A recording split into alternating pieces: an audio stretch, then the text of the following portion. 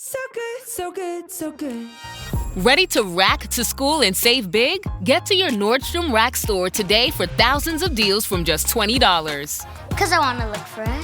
How did I not know Rack has Adidas? I got a new backpack. Score everyone's favorite denim, sneakers, boots, and activewear from Nike, Levi's, Steve Madden, Madewell, and Free People. Great brands, great prices. Everyone's got a reason to rack. Shop Nordstrom Rack and make it the best school year ever.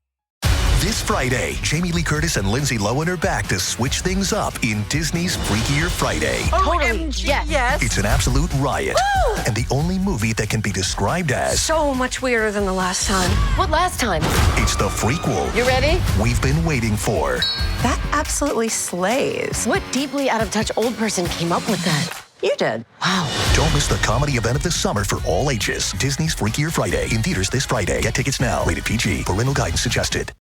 This episode is brought to you by the world's first reposado from Tequila Herradura. Made with slow-cooked, hand-harvested agave sealed into oak barrels and aged 11 months. Before being enjoyed in your glass. Experience the world's first reposado. Tequila Herradura. Please drink responsibly. Responsibility.org. Tequila Herradura. 40% alcohol by volume. Imported by Brown-Forman, Louisville, Kentucky. Herradura is a registered trademark. Copyright 2025 Brown-Forman Corporation. Pie in the Sky Media.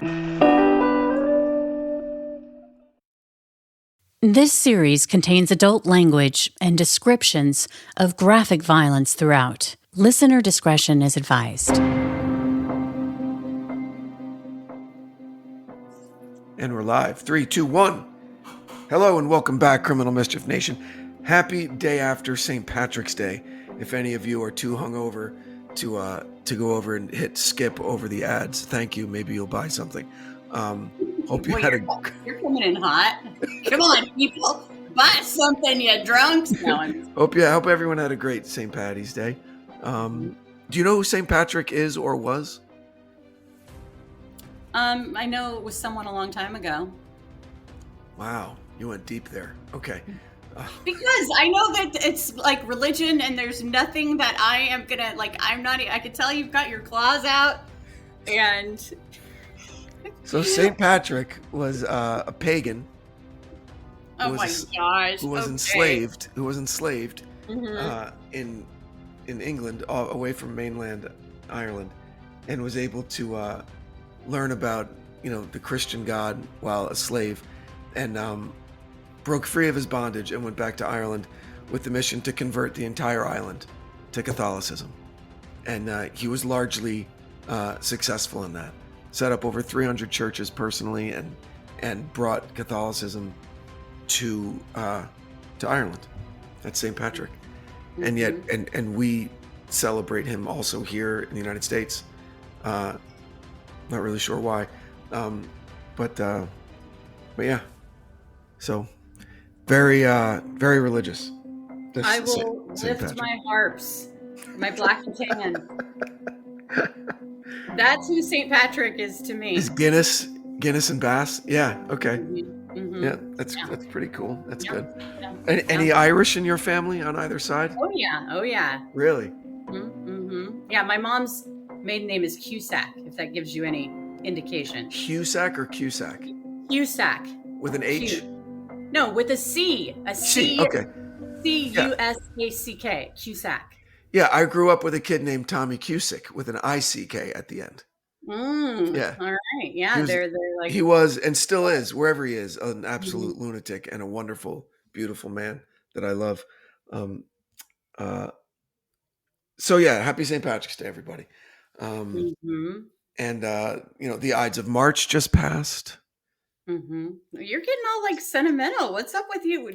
I'm not sentimental about the murder of Caesar. I just like the play.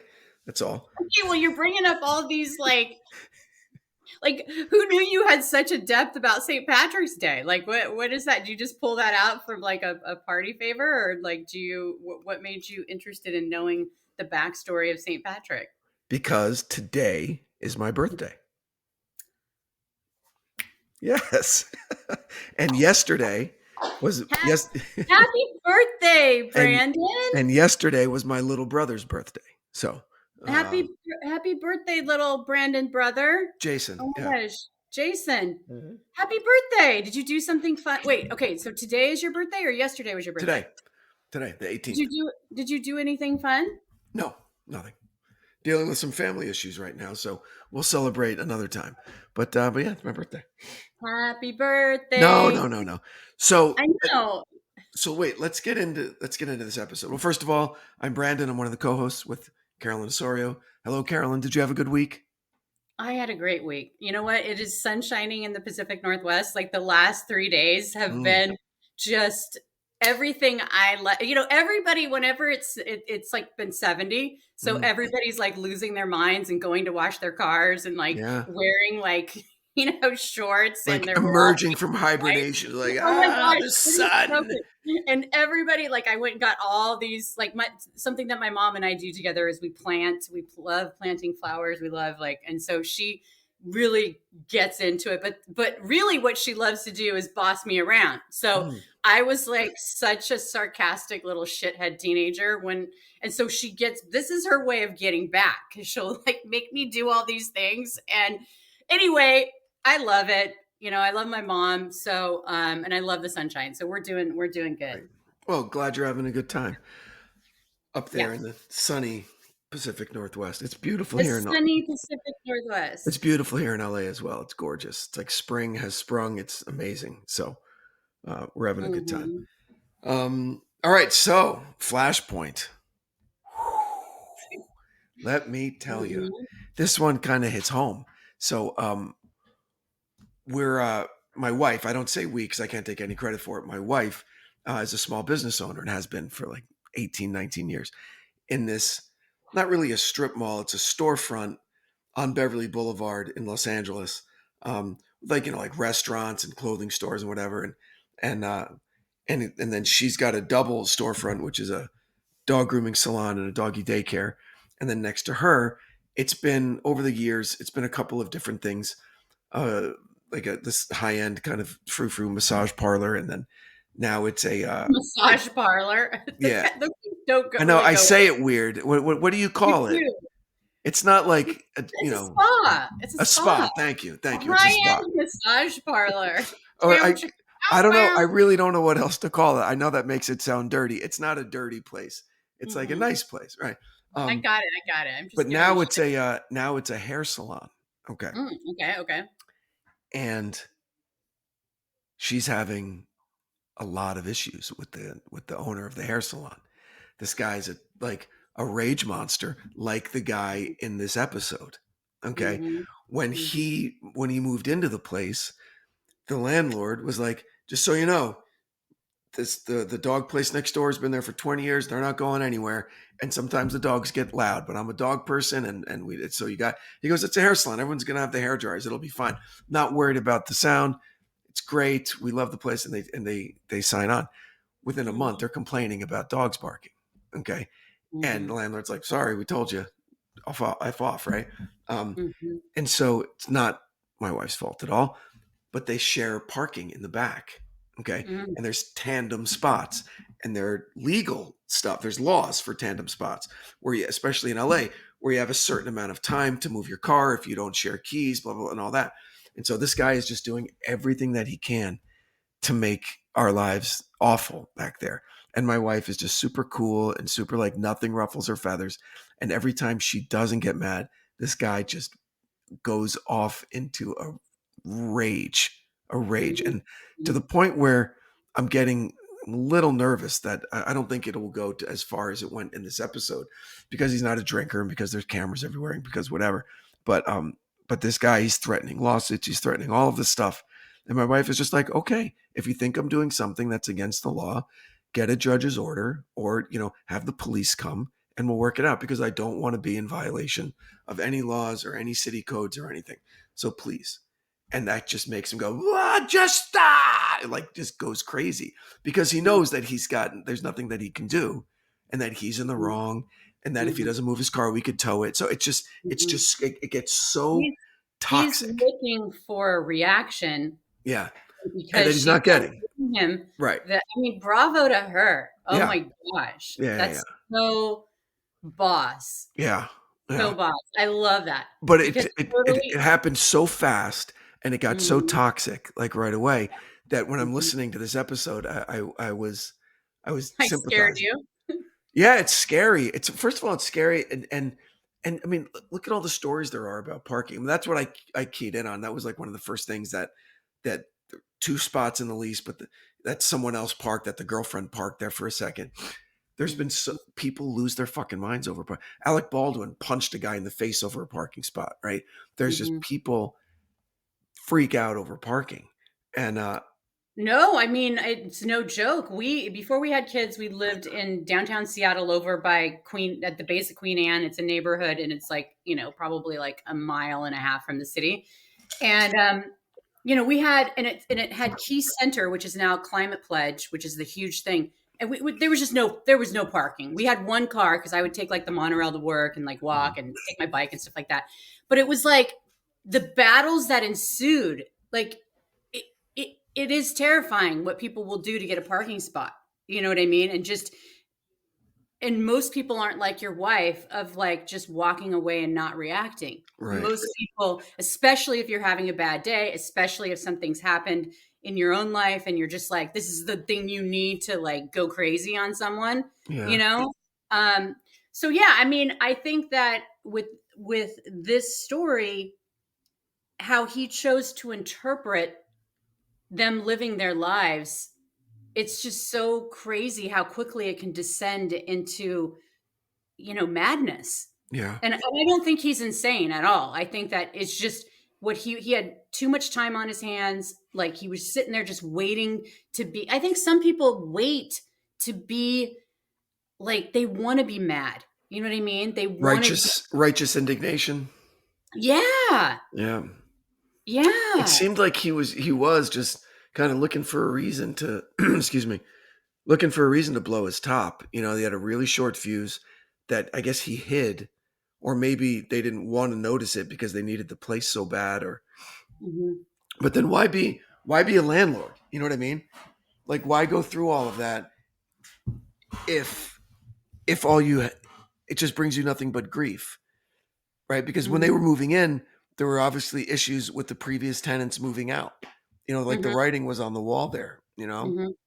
I mean, I think that people think, "Oh, I'm going to be a landlord." They pencil it out, and I don't know if this is him because I don't know if he had rental properties before he sold everything. But it sounds like he had a successful landscaping business. He was a really hard worker, and he employed people. But if they weren't up to his standards, he would fire them. And so, in this situation, when you're a landlord, you can't just kick people out for no reason because you don't like what they're doing. Like there has to be reasons behind what you're doing, unless it's like you guys agree to disagree and then both parties go their separate ways, right? Right. um and so with this guy, I mean, I'm totally speculating here, but maybe he had this idea of what he thought being a landlord was, which is when you give someone the keys to your place, it's their place, they're paying rent, and you Yeah. can't control everything that goes on in there. Yep. You got to just kind of let it go. And if you're a complete control freak, being a landlord is not for you. Yep. I had a place in Hollywood once, years ago, that I moved in with. Like, it was a 1 bedroom. I moved in with one roommate. Okay. Um, right, like, You're in this corner. I'm in no, this like corner. he had the bedroom, and Mhm. I made the dining room my bedroom. Oh, shit. Oh, my So God. anyone who wanted to get to the kitchen had to walk through my bedroom. Okay. Great. But Yeah. whatever. How Um, old were you? Like, I hope you were like at least like 18. I was like 40. No, I'm kidding. I- No, I was like 21, maybe 22, Okay. 20. All right. All right. And All then right. little by little, like, I'm the guy who, like, I would be home. I'd go home for Christmas, right back to Jersey for Christmas, and I'd run Mhm. into a bunch of friends at a party. I'm like, hey, any of you guys are ever in LA, you come stay with me. All right, boom, take care of you. Okay. So within like 3 months, there were 5 people living in this apartment, like, who moved out with their stuff, right? And none of us That cared. you were taken care of. Right, and none of us cared because each of our rents was so Mhm. low now, okay? Yeah. And here was Yeah. the cool thing about the landlord. The landlord was Mhm. like, "I don't care how many people live Mhm. there, but it's Mhm. each person is $25 more per month added onto the rent just for the water and extra utilities, because the utilities were included in the rent, right? So he's like, if you want to be crammed in there, I really don't care. The only thing that, it's just, and we're like, an extra $25, great, no problem. That's So a great landlord. so that was the only thing. And so, whoops, I just clicked on that. So what the reason I bring that up is because the guy in this, what was pronounce his last name? Spock? Pock. Pock. Okay. The things that he was splitting hairs over terms of the lease. Okay. 2 cars in the driveway. Does that mean his car, the mom's car, and the kid's car? What if it was the kid's car and the fiance's car and the mom's car was somewhere else? Would that be a violation of the lease because it's not the agreed upon car? Like, was he splitting hairs that much? I think he was. I think he absolutely was. Right. And that's fucked up. Yeah. Right? Yeah. And how easy would it have been for him to say, oh, okay, so so your fiance is spending the night. That's cool. But if she winds up moving in, the rent's going to go up a little bit. Great. They would have gone, cool, man. Thank you. But no, it's like he was looking for arguments. He was looking for conflict, Exactly. Just like your wife's tenant. See, but my wife's tenant has a reason to look for conflict because his salon isn't doing well. And so he's looking for reasons to blame outside influences so he can get out of his lease or not pay his rent. That's why he started complaining about the noise, even though it was in the lease. You're moving in next to a doggy daycare where dogs have a great fucking time and they're going to bark. Okay. Well, okay. I mean, if the guy was smart, not to cut you off, but this is what gets me. If the guy was smart, he'd want to work with your wife and say, hey, how many women are going into that doggy daycare? I mean, probably tons. Right?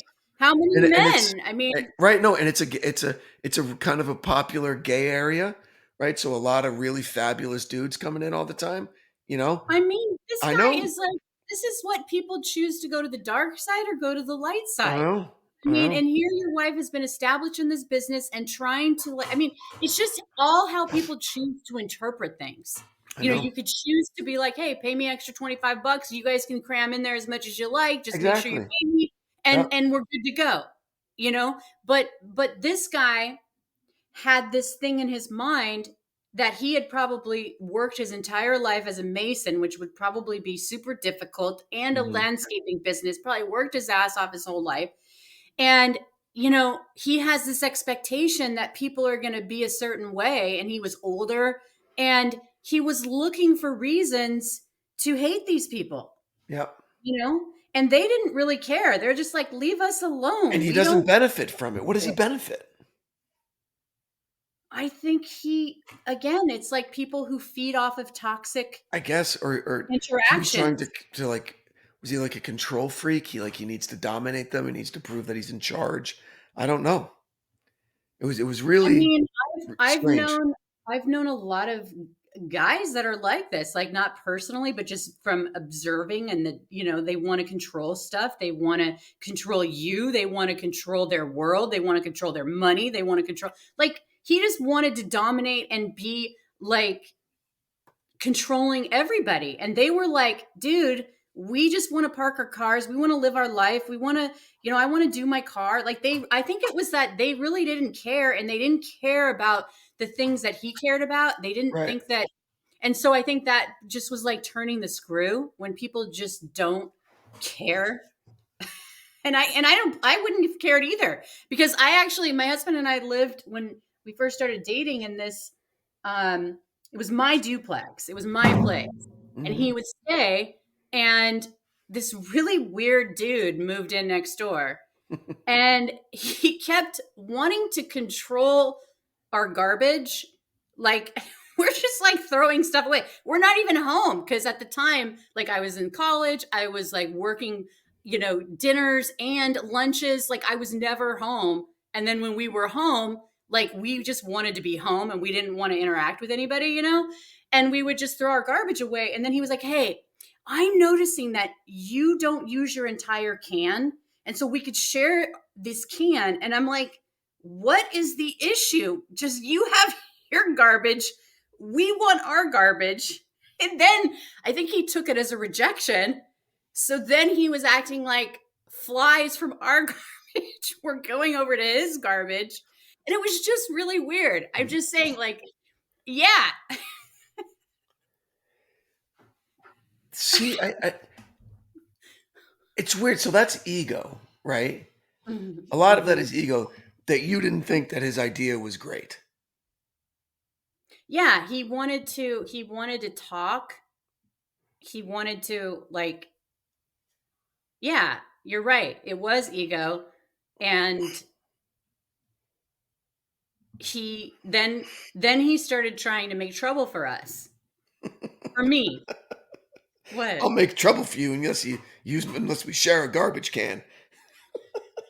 No, because I had a cat and I wasn't supposed to. And did he narc you out?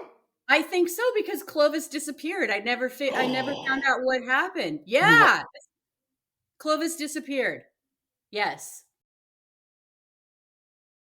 It's Wednesday, Adams. I see you're trying to distract yourself from your own banal thoughts. Let me help. Here's a recording thing made of my latest root canal.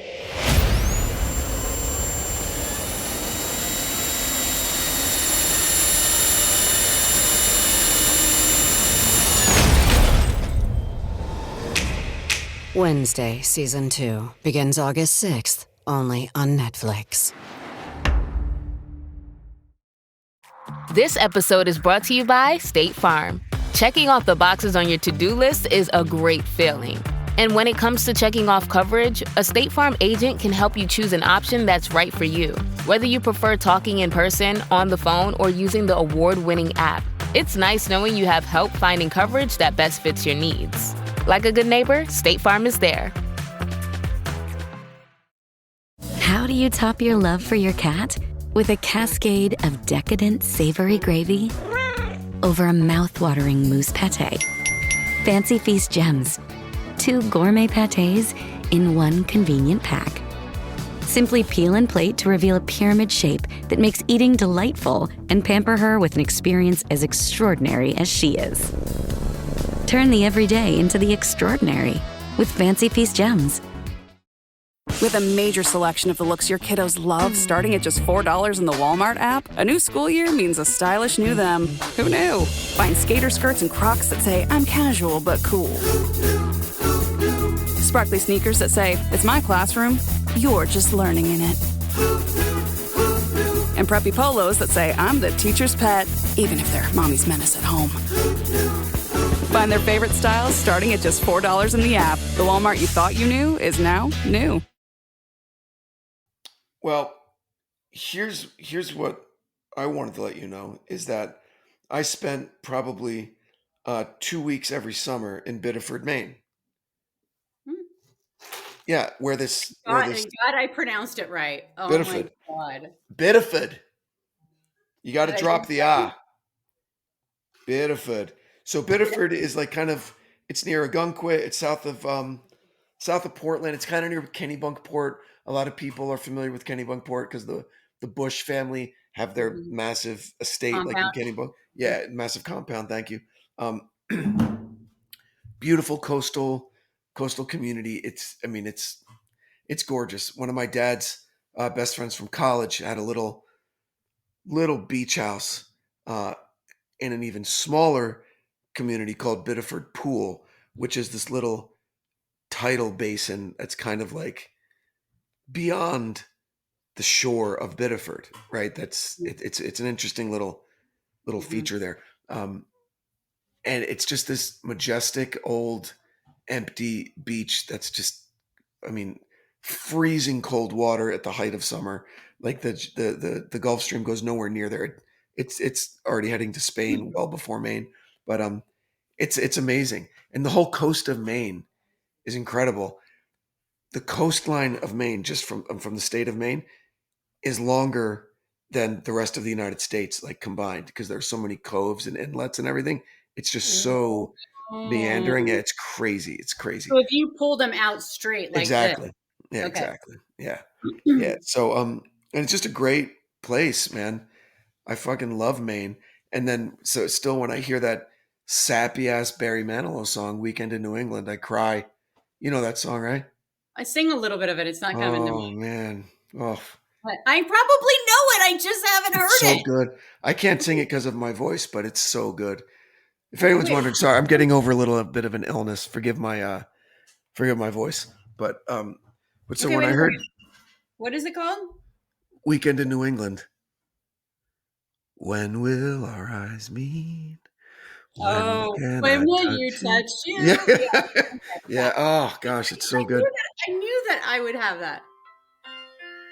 Oh,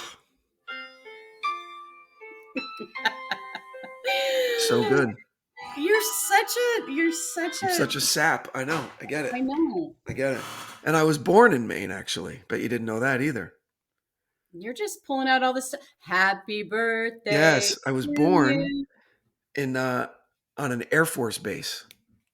Really? As about as far north. My father's a pilot. About as far north as you can get and still be in the United States. A little town called Limestone, Maine, on Loring Air Force Base. Loring Air Force Base became famous like 20 something years ago when the band, it was decommissioned, and the band Fish bought the Air Force Base, bought all of the land so they could have like big like stoner concerts there, and they were true to their word and had a bunch of big awesome Deadhead type stoner concerts up there. Yeah. Have you ever been to a Grateful Dead concert? No, I never really. Grateful Dead, I never got them. I never understood. Like same thing like with like Nirvana. Like I never got Nirvana. I love Pearl Jam, but Nirvana, it never landed with me. I don't know. It's just one of those things. But the other interesting thing about Limestone, way up north there, during the Vietnam War, my father flew planes during the Vietnam War. My mom's brother was a conscientious objector to the Oh man. war and Mm-hmm. went to Canada. Okay, he was one Mm-hmm. of those guys and stayed even after Nixon said it's all good, come home. He said, "No, I really like it here." But during the time where he was like a fugitive, my mom would walk to the border of Nova Scotia Mm-hmm. and like on the beach and just to see her brother for like a couple of Mm-hmm. minutes. Yeah, Was it and her little brother? this was her younger brother. Yep, yep, Mm-hmm. yeah. Mm-hmm. So he was like Well, 19 and on the run. Yeah, well, I'm glad that I got Biddeford right. I knew you you'd be did. watching. Yes. Always watching. Always waiting. There's so many names of towns in New England, especially in Maine, that I would love Mm-hmm. to hear you try to pronounce. Just stop. There, there, there are some crazy ones because they're all, excuse me, a lot of them are from like the ancient Algonquin language from all of Oh, the Native I American had such a tribes. hard time with Algonquin. Is that how you say it? Algonquin or Algonquit language, yeah, but Mm-hmm. Algonquin tribes. So it was, yeah, like there's this mystical like Loch Ness type monster in a lake in Vermont called Memphremahog. And you see that word and you're like, how the fuck am I supposed to pronounce that? That's pretty good. there's You a didn't even skip a beat. there's a lake in northern Maine called Mooselook Maguntic, which is great, Mm-hmm. which I've fished on before. So a lot of good stuff up there. And you could drive for 6 hours and not see a human being and just be in the most majestic hardwood forests that you've ever seen in your life. It's incredible. So this is quickly becoming a tourism commercial for Maine, and people should go there if they can. I know. I'm Yeah, like, I had no idea it was gonna land with such, yeah. I just like this one because, or I not like it. I'm so sorry. I don't mean to say it like that. I just thought this one was um important to tell because of how people can you just don't know what someone's doing and thinking. You know what I mean? What you're Right. thinking is like not what I mean, I feel like I kind of am torn with the cops here because it's like on I'm the not one torn. hand, I think I'm not torn. They fucked up. yeah, I agree, but I also think that they saw someone who was 73 years old and they just,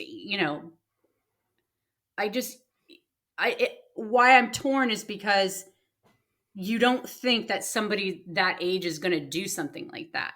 I think, Yeah, but also listen. I mean, I probably mentioned this a lot of times that Maya Angelou quote. People will show you who they are. Our job is to believe them, right? He said it to the cop. I want to shoot these people. Yeah. Right. And the cop doesn't say, "Well, do you own a firearm, Mr. Angry Man?" No, Yeah. they didn't even ask. Yeah. No, Didn't ask him if you've been drinking. Yeah. I completely agree. I don't know why those things weren't done. I don't know why the judge ruled that this was not, that they were not culpable. Like, I totally don't get that at all. Yeah. Small town. I think it was like completely, you think that's what it is? I do. And then to ask this 19-year-old kid, are you scared? Like, that just broke my heart. Right. In front of like, in front of his fiance and his mom and his little brother. I mean, it's like, dude. He's not old enough to know that the strong thing there is to say, yeah, I'm scared. Right? Exactly. Yeah. And then the mom saying, was he calm, hoping that he's calm. You know how you people and you're like, okay, were they calm?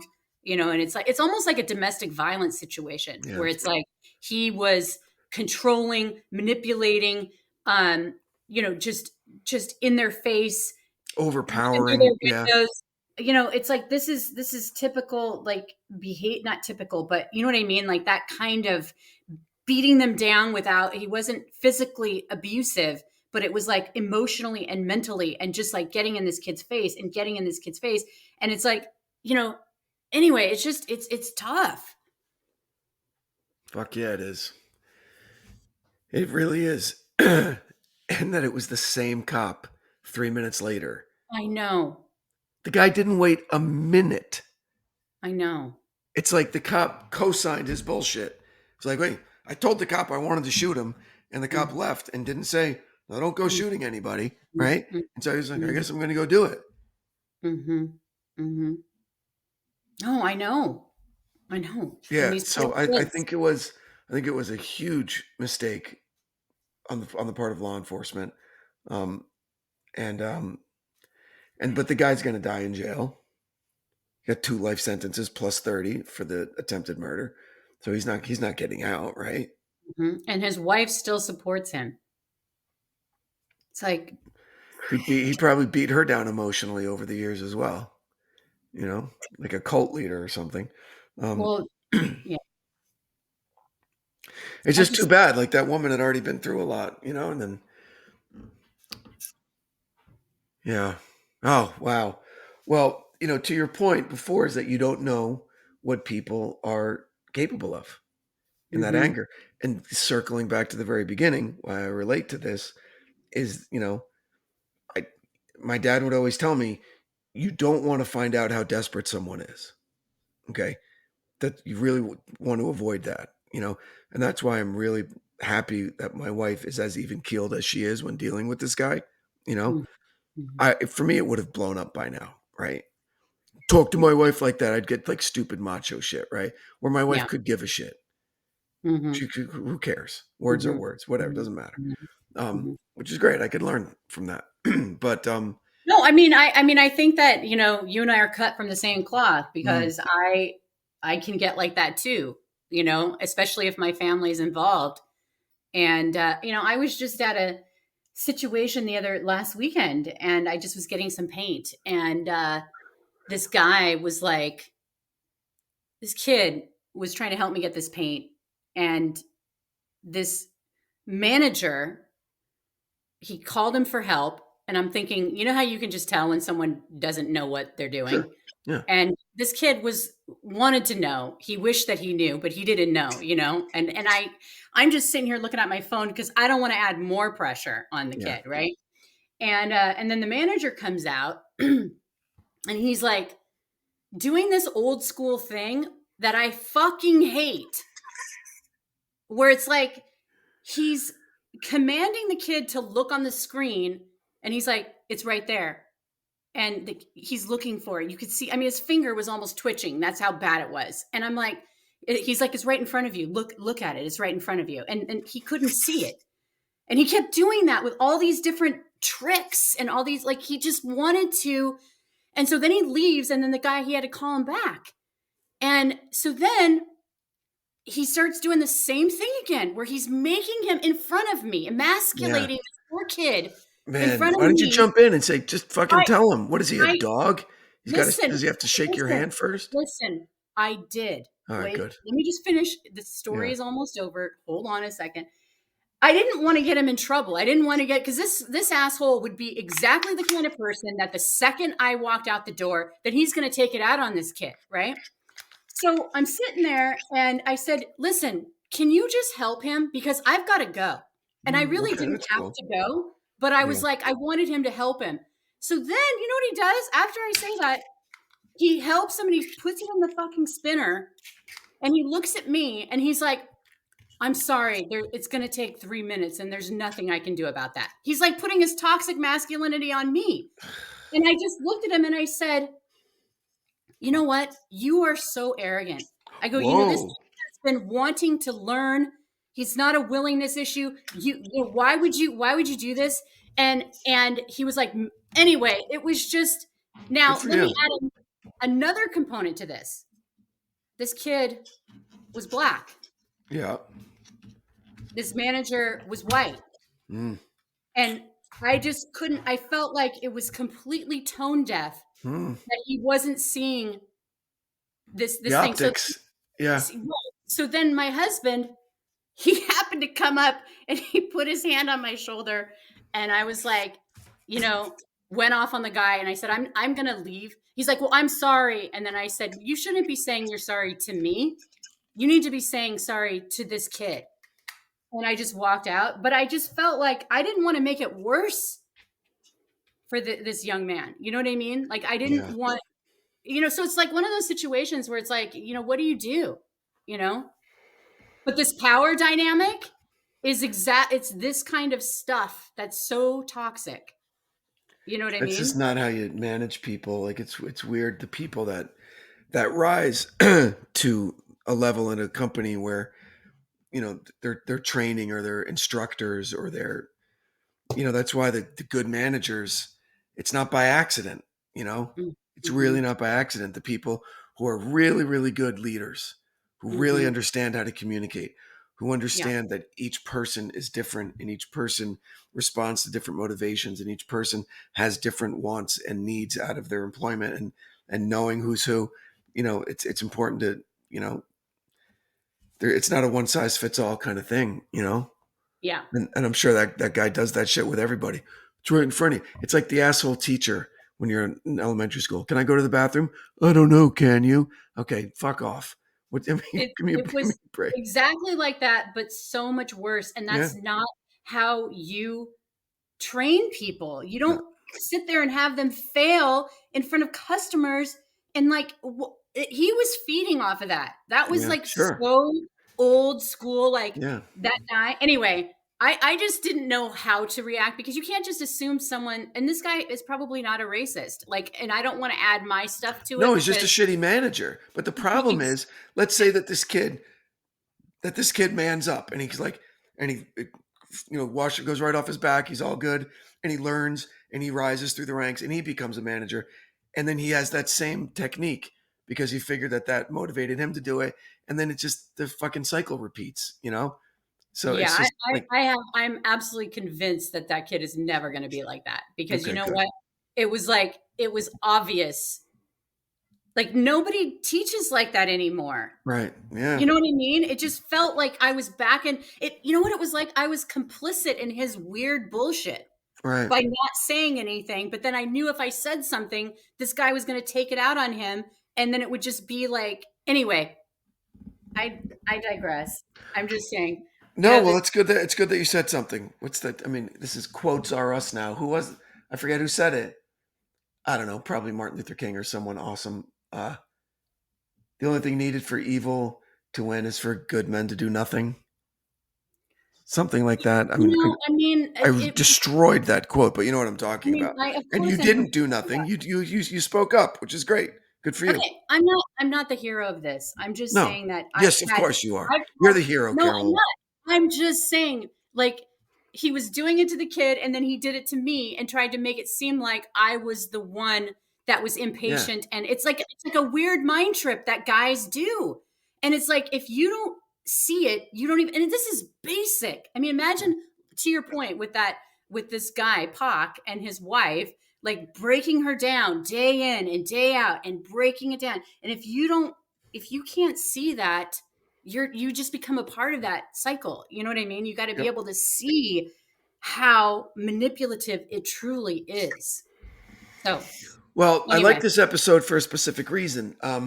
It was 95% you as a storyteller. Mm-hmm.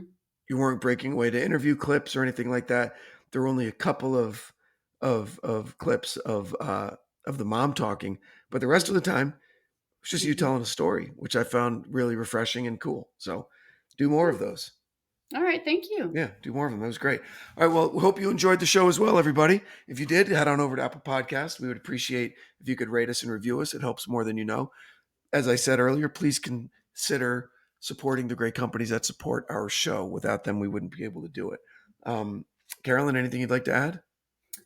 Happy birthday, Branden. Thank you so much for working when you're sick. That's okay. That's what we like to do here at Pie in the Sky is work you to the bone. But no, I'm just kidding. No, thank you. Thank you for all you do for the show, Branden. Thank you.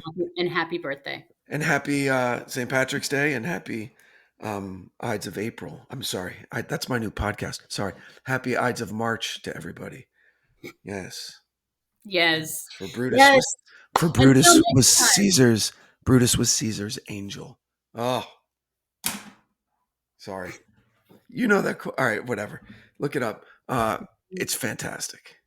What is the quote? What is the quote? You obviously want to say it. You like went right into the mic and we're like all like no, it's the quote. It's the quote from Julius Caesar with the refrain of, "But Brutus is an honorable man." Okay, when Mark Antony is. Okay, I liked it better when you were all primal. Okay. Hold on. I gotta find it now because I don't want to mess it up. Caesar. Brutus was Caesar's angel.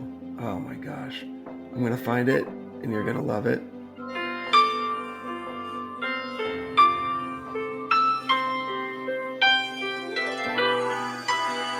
Okay, ready?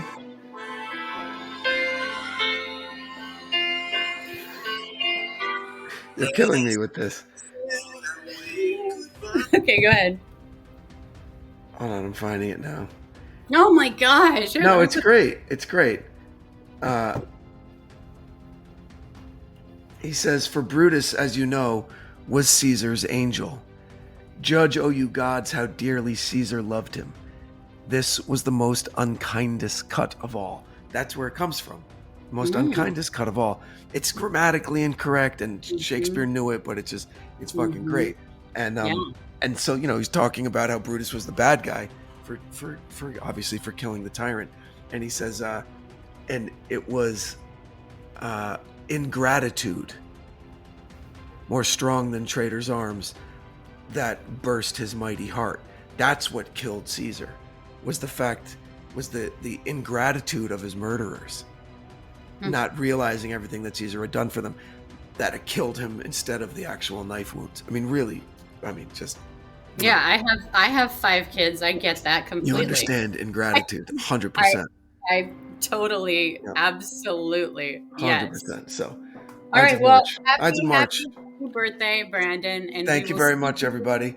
And thank you, Nation. Yes, thank you, guys, and we will see you next time. Until then, stay safe out there. From Cloud 10, Criminal Mischief is a Pie in the Sky production, recorded in the beautiful Pacific Northwest. We're produced by Branden Morgan and myself. Music by Soundstripe. I'm Carolyn Osorio, your writer and host.